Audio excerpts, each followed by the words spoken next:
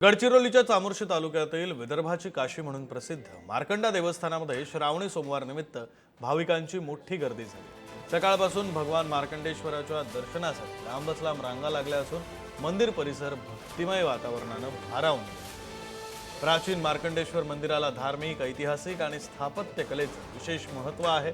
उत्तर वाहिनी वैनगंगेच्या रमणीय काठावर वसलेल्या या मंदिरामध्ये विदर्भासह विविध भागांमधून हजारो भाविक दर्शनासाठी दाखल झाले। गडचिरोली जिल्ह्याच्या चामोर्शी तालुक्यातील मार्कंडा येथे आता भाविकांची गर्दी वाढायला लागली आहे। महत्त्वाचं म्हणजे श्रावण सोमवार असल्यामुळे भाविकांची गर्दी सकाळपासून इथं पाहायला मिळत आहे। आणि आपण इथं बघू शकतो की अशा प्रकारे इथं वैनगंगा नदी ही दक्षिण वाहिनीवरून उत्तर वाहिनी होत असते वळसा घालून। यामुळे या मंदिराचे महत्त्व अजून जास्त वाढत असल्याचे मानले जाते। अत्यंत पुरातन असलेल्या या मंदिराच्या जीर्णोद्धाराचे काम सुद्धा सुरू आहे आणि आपण इथं बघू शकतो की या ठिकाणी सकाळपासूनच भाविकांची प्रचंड गर्दी झालेली आहे।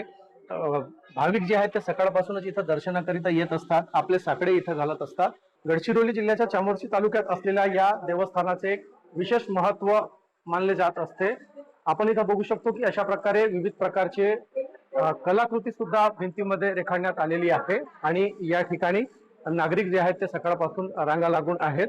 महत्त्वाचं म्हणजे आता श्रावण सोमवार असल्यामुळे सकाळपासूनच भाविकांनी इथं गर्दी केलेली आहे। इथं आपल्या सोबत काही ताई सुद्धा आहेत, त्यांच्याकडून आपण जाणून घेऊया। ताई, आपण इथं दर्शनासाठी आलेले आहात, काय सांगाल? आम्हाला इथे येऊन खूप छान वाटतं, खूप आनंद मिळतो आहे इथे येऊन। म्हणजे हा पुरातन काळापासून मंदिर आहे, तिथे रेखीव काम केलेले आहे। हा मंदिर म्हणजे सगळ्यांना एकदम असं पावनच आहे, म्हणून आम्हाला खूप म्हणजे भक्त आहोत आम्ही, म्हणून या मंदिरामध्ये नेहमी येत राहतो। पुढारी न्यूज साठी आशिष अग्रवाल, गडचिरोली।